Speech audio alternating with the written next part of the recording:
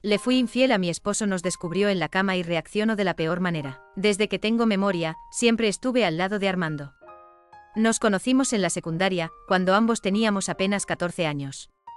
Mi madre en aquel entonces se reía de mis mejillas sonrojadas porque me pasaba las tardes hablando por teléfono con él, planeando qué haríamos el fin de semana. Mi padre, en cambio, miraba con cierto recelo a ese chico tímido que venía a buscarme a la puerta de la escuela, pero con el tiempo terminó aceptándolo al ver que en realidad era un joven respetuoso y responsable. Así que crecimos juntos, fuimos compañeros de clases, reímos, peleamos por tonterías y nos reconciliamos sin drama, porque había algo en su forma de ser que me hacía sentir en casa. Con 18 años, lo nuestro dejó de ser un noviazgo inocente para convertirse en una relación más formal. Salimos de la secundaria tomados de la mano, listos para enfrentar la vida adulta. Estudiamos en la misma universidad, aunque él se inclinó por ingeniería y yo por administración, y compartimos tantas anécdotas, tantos horarios cruzados, que era casi imposible que alguien nos viera el uno sin el otro. A veces bromeábamos con que habíamos nacido con el mismo cordón umbilical. Esa cercanía tan profunda me hacía sentir la persona más afortunada del mundo.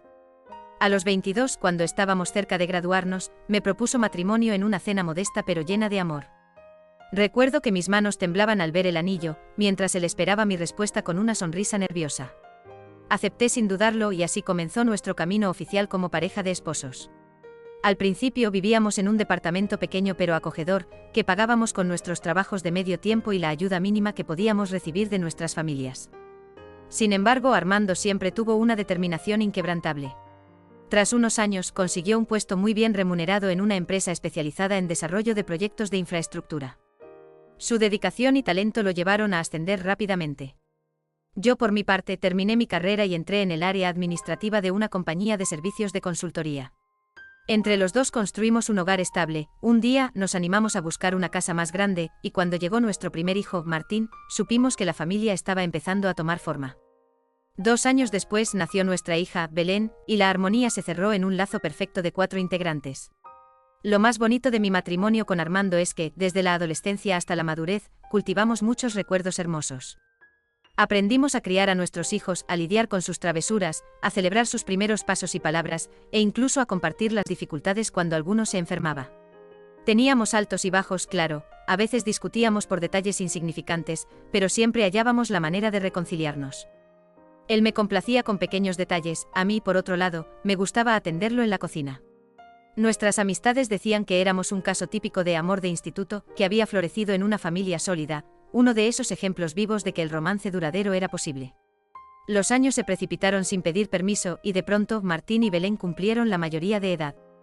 Antes de darme cuenta, ambos se habían graduado de la escuela y se preparaban para ingresar a la universidad. Eligieron carreras distintas, pero en ciudades cercanas, lo que implicaba que dejarían la casa.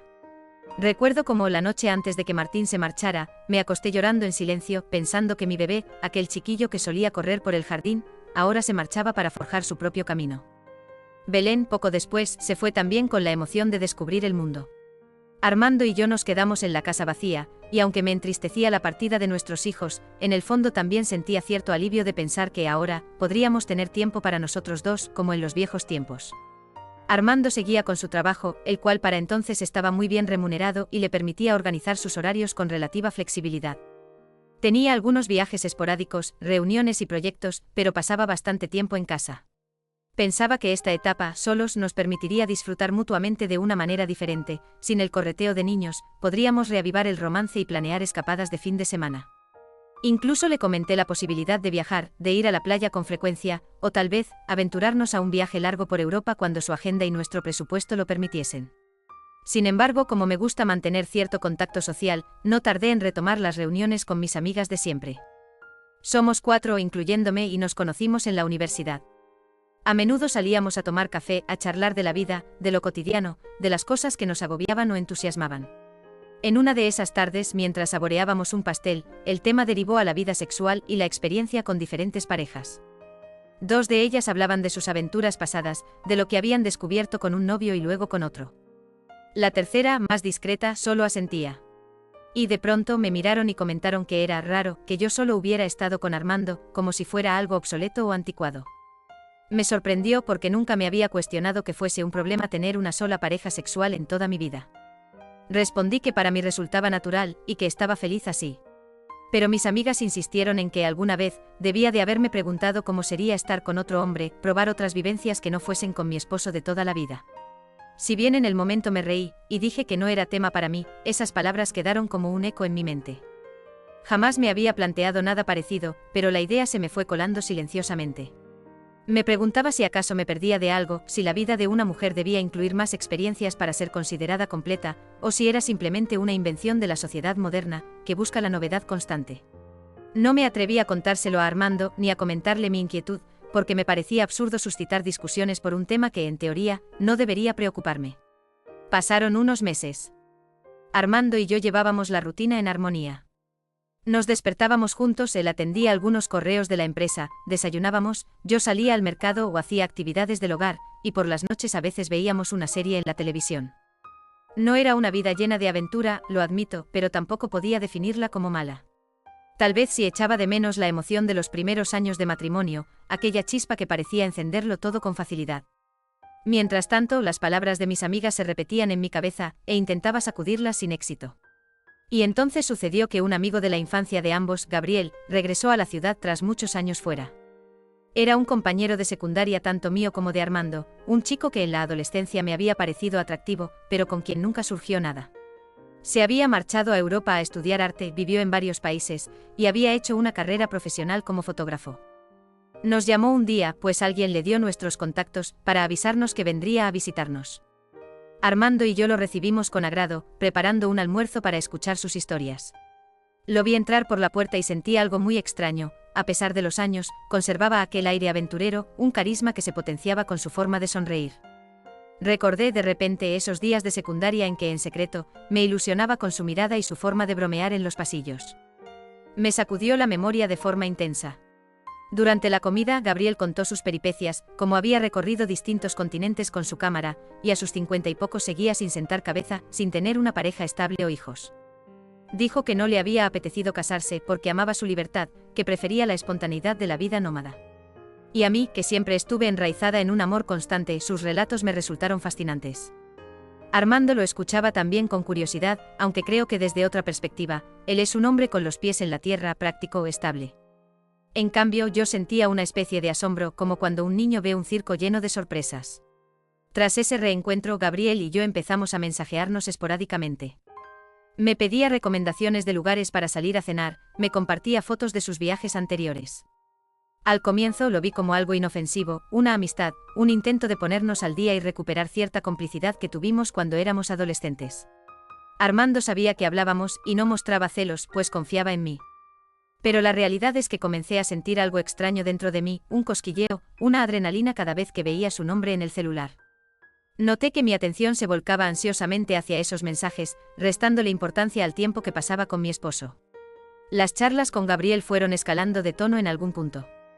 Involuntariamente nuestras conversaciones rozaban aspectos más personales. Me preguntaba qué deseaba yo de la vida ahora, sin hijos en casa, si estaba satisfecha con mi rutina, si alguna vez había pensado en viajar y salir de la zona de confort. Yo me sinceré contándole que a veces sentía la ausencia de la chispa que me motivaba en la juventud, como si el destino ya estuviese cumplido. Él soltaba comentarios ambiguos diciéndome que uno siempre podía buscar nuevas experiencias. Y sin darme cuenta, caí en una especie de intriga por su mundo. Llegué incluso a mentirle a Armando diciéndole que iría a cenar con mis amigas, pero en realidad me encontraba con Gabriel para tomarnos un café o un trago, conversar, reír. Ambos sabíamos que había una tensión entre nosotros. Mis amigas, las mismas que un día sembraron la duda en mi cabeza, se percataron de algo. En una de nuestras reuniones, confesé que estaba viéndome con alguien, sin llegar al plano físico, pero sí con una atracción muy fuerte. Lejos de alarmarse, me animaron a que me soltara, diciendo que no pasaba nada si buscaba mi felicidad, que mi matrimonio, tan perfecto, igual no se iba a ver afectado si era discreta. Me recordaron que ya tenía toda una vida dedicada a Armando, que no vendría mal un escape. Y con la mente nublada, terminé convenciéndome de que tal vez, lo que había pensado imposible resultaba ser la llave para sentirme viva de nuevo. Fue así como di el paso que luego maldije con todas mis fuerzas. Me decidí a buscar un encuentro íntimo con Gabriel. Una tarde supe que Armando saldría de la ciudad 2 días para asistir a un congreso de la empresa. Pensé que era mi oportunidad de probar, tal cual me lo habían sugerido mis amigas. Llamé a Gabriel y le dije que podía pasar por casa, con la excusa de planear una reunión de viejos amigos, o algo que se me ocurriera si un vecino llegaba a preguntar. Él aceptó encantado. Lo recibí con cierto nerviosismo, me noté las manos frías mientras abría la puerta. Subimos a la habitación que compartía con mi esposo, y no me detuve a pensar en las implicaciones morales de lo que hacía. El momento se dio de manera apresurada, con besos y caricias encendidas. Sentí una emoción mezclada con culpa, un remolino en el pecho. En mi mente la chispa de la novedad se mezclaba con el terror de ser descubierta. Pero me convencí a mí misma de que nadie lo sabría, que Armando estaba lejos, y que en unas horas todo volvería a la normalidad. Tan absorta estaba en esa atmósfera de aventura que no advertí cómo la puerta principal se abría ni escuché el sonido de los pasos subiendo las escaleras. De pronto, en medio de esa escena, escuché la voz de Armando. Al voltear, lo vi allí, parado en la entrada de la habitación, mirándonos con una expresión que me congeló la sangre. El horror se apoderó de mí. Reaccioné con pánico, intentando cubrirme. Gabriel también se sobresaltó e intentó explicarse, diciendo que todo era un malentendido, como si sus palabras pudieran arreglar la situación de inmediato. El rostro de Armando por un segundo se transformó en una máscara de rabia y dolor. No alcancé a moverme cuando vi que sacaba un arma de fuego de la parte trasera de su pantalón. No sabía que mi esposo tenía un arma, tal vez era algo que había adquirido por seguridad, nunca se lo pregunté. Pero no hubo tiempo de razonar nada, apretó el gatillo y desvivió a Gabriel ante mis ojos.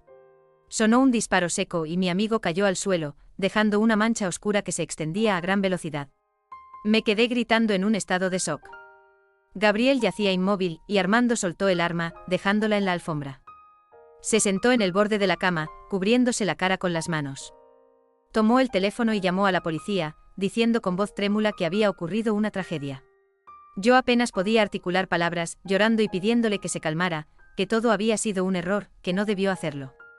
Armando me miró con un desprecio y un dolor inhumanos, y me dijo que la culpable era yo, que me había encargado de echar a perder todo lo que construimos, y que no me hacía daño solo porque pensaba en nuestros hijos, en cómo verían a su padre si me hacía algo a mí también. Pocos minutos después llegaron los oficiales y una ambulancia, pero ya era demasiado tarde para Gabriel. La gente se agolpaba afuera, los vecinos que escucharon el disparo cuchicheaban, y yo no podía dejar de sollozar. Armando fue esposado y subido a la patrulla. Me quedé en la acera, cubierta por una manta que un oficial me dio. No terminé de entender cómo todo se desmoronó en un par de instantes. Mi mente seguía atrapada en el terror y en la culpa, ¿cómo pude llegar a este punto? A la mañana siguiente la noticia se había regado por todo el barrio y las redes sociales. Nadie podía creer que aquel matrimonio ejemplar estuviera involucrado en un hecho tan horrible. Mis hijos se enteraron de inmediato y volvieron a casa, desconsolados. Martín y Belén apenas me dirigieron la palabra. Solo me miraron con el semblante lleno de rabia y pena, preguntándome cómo era posible que yo hubiera engañado a su padre de ese modo. Les expliqué entre sollozos que no sabía lo que me había pasado, que me dejé llevar por confusiones, por consejos tontos, por ansias de algo nuevo. Pero ellos no me escucharon. Me lanzaron reproches y se marcharon a buscar un abogado para ayudar a su padre. Fue la última vez que los vi en varios meses. Lo que siguió después fue un prolongado proceso judicial contra Armando por haber desvivido a Gabriel. Intenté hablar con mi esposo, visitarlo, pedirle perdón por todo, pero me rechazó. Ni siquiera quiso recibirme en la cárcel mientras se celebraban las audiencias. Cuando llegó el juicio, me presenté para testificar. Tenía la esperanza de que el tribunal considerara algún atenuante, la rabia momentánea, la situación de encontrar a su esposa en un acto de traición.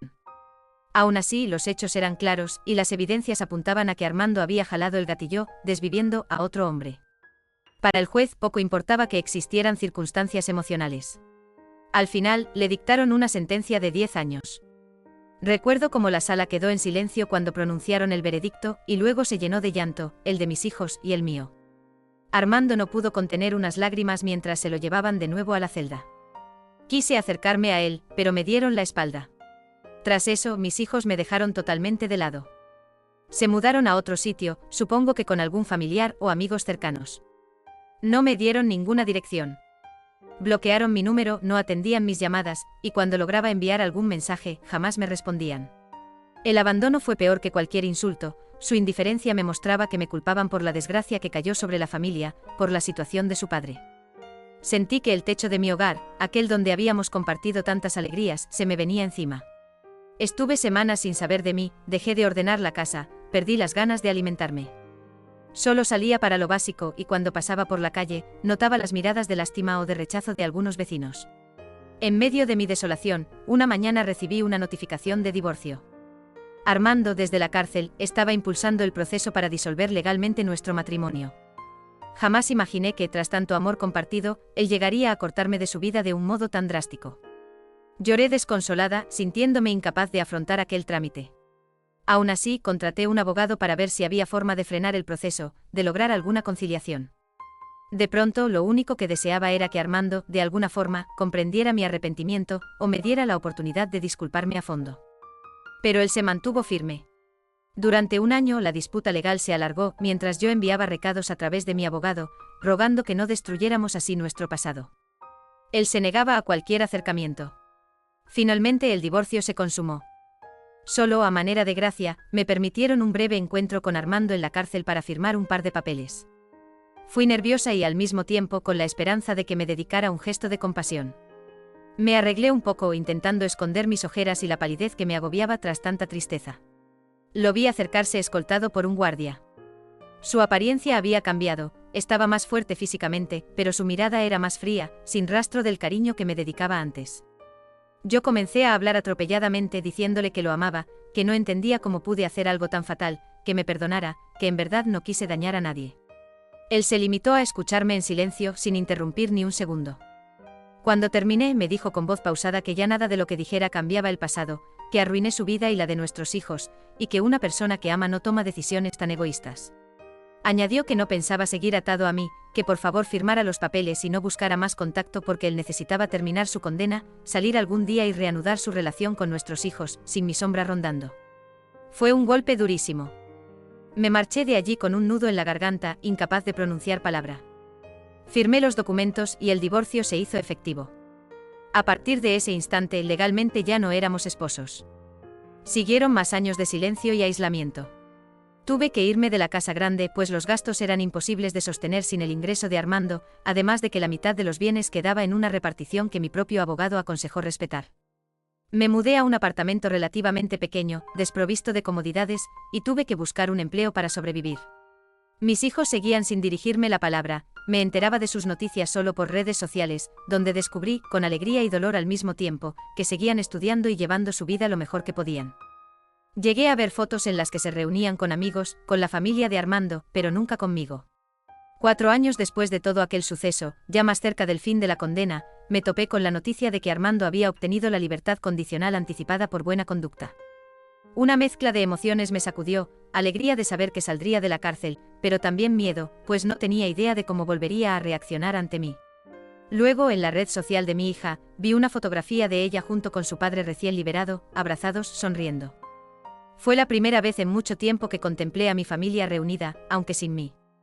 Mi corazón dio un brinco, deseé con todas mis fuerzas acercarme, pedir perdón en persona, quizá lograr un reencuentro con mis hijos al menos.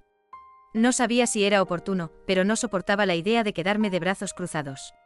Seguí investigando hasta que descubrí la dirección donde se habían instalado Armando y mis hijos. Un día, sin pensar demasiado, tomé un taxi y me presenté allí sin aviso. Cuando llamé a la puerta, Belén apareció. Me miró con sorpresa, casi con resentimiento, pero cedió y me dejó pasar unos pasos al porche. Vi a mi hijo Martín detrás, mirándome con el ceño fruncido. No tuve tiempo de decir nada cuando Armando, al fondo, soltó un suspiro y dijo: «Hablen con ella si quieren». Yo no. Para mí está todo dicho. Luego se metió a la casa, dejando la puerta entreabierta. Me quebré en llanto frente a mis hijos, suplicándoles que me perdonaran, que entendieran que había sido una estupidez, un arrebato. Les rogué que me dieran una oportunidad de demostrar que todavía los amaba con todo mi ser. Me arrodillé aferrándome al brazo de Martín, y también busqué la mano de Belén. Ellos me escucharon con evidente tensión. Veía sus ojos cargados de reproche, de dolor. Me dijeron que me perdonaban en el sentido de que no deseaban vivir con rencor, pero que no podían sencillamente fingir que nada pasó. Que lo que sucedió había destruido su hogar y había llevado a su padre a un encierro, marcando su vida para siempre. Me explicaron que se sentían incapaces de retomar la relación como si nada, y que necesitaban tiempo, mucho tiempo para sanar. También pidieron que no repitiera escenas dramáticas ni insistiera en verlos, que esperara a que fueran ellos quienes dieran el siguiente paso. Me quedé en silencio con el corazón hecho pedazos. Entendí que no podía forzar su afecto, que el lazo estaba desgarrado, aunque no borrado del todo. Al menos me quedaba el consuelo de que, en sus palabras, no me condenaban a un ostracismo permanente, sino que me otorgaban una pizca de esperanza para un futuro incierto. Me retiré de la casa sintiendo que todo mi cuerpo temblaba, sabiendo que, a diferencia de lo que solía ser mi vida, hoy no tenía la fuerza de un esposo amoroso ni la alegría de unos hijos que me abrazaran con incondicionalidad. Y así estoy ahora, en un apartamento modesto con la imagen de esa última visita atormentándome a ratos. Me aferro a la frase de Belén: te perdonamos, pero no esperes que sea como antes, porque no queremos tener contacto cercano todavía. Agrego la mirada compasiva de Martín, que se debatía entre la nostalgia de su madre y la realidad de un padre que sufrió demasiado. Y me aferro con la poca fe que me queda a la posibilidad de que un día, ellos me llamen o me escriban, diciéndome que desean verme sin reproches. Quizá un día se abran puertas para un reencuentro gradual y sincero. Sigo lamentando cada minuto haber escuchado aquellos consejos que me instaban a buscar algo diferente, a anhelar nuevas experiencias, sin pensar en las consecuencias. Hubo un momento en que debí detenerme a reflexionar que no valía la pena poner en riesgo una familia, un matrimonio de más de 20 años, solo por sentir un cosquilleo de aventura efímera. Entiendo que la monotonía puede combatirse con comunicación, con creatividad dentro de la pareja, con amor renovado, pero nunca con engaños. Ahora lo sé, pero lo aprendí a un costo altísimo. Mientras pasan los días, la imagen de Gabriel aparece en mis pensamientos, recordándome que también su vida se vio truncada por mi irresponsabilidad y la furia de Armando. Miro al cielo y pido perdón en silencio, sabiendo que no hay forma de resarcir lo irreparable. Pienso en la mujer que fui, en la que tenía una familia unida, hijos cariñosos, un esposo que la miraba con ternura, y me doy cuenta de que no supe valorar ni atesorar ese regalo. En un abrir y cerrar de ojos, lo destrocé todo. Escribo en un diario cada noche, tratando de hallar un sentido a mi futuro. Me veo con el pelo encaneciendo antes de tiempo, con la mirada cansada de tanto llorar, los vecinos que me eluden en el ascensor, y mis amigas que en su mayoría han optado por alejarse cuando vieron la magnitud del desastre. Pero aún así, me aferro a un destello de esperanza. Mis hijos no me expulsaron definitivamente de sus corazones. Dijeron que en su momento me llamarán. Y sé que aunque Armando nunca vaya a volver a aceptarme, o incluso si me guarda un rencor eterno, al menos me queda la posibilidad de que mis hijos, con los años, comprendan mi error, si no para acogerme, al menos para creer en mis lágrimas sinceras. Así concluye mi historia por ahora, sola en un apartamento, arrepentida hasta los huesos, recordando cada instante con Armando como si fuera un tesoro que dejé caer y romperse en 1000 pedazos. Mis noches son largas, a veces rezo a la nada, a veces maldigo mi ingenuidad. Me duelen los recuerdos de las épocas de secundaria, cuando Armando y yo corríamos por los pasillos enamorados, soñando con un futuro donde estaríamos juntos siempre, forjando un hogar sólido. Solo me queda apretar los dientes y afrontar las consecuencias de mis actos. Tal vez con el paso del tiempo mis hijos me concedan un lugar modesto en sus vidas y, aunque sea a la distancia, me permitan verlos florecer en sus propias familias.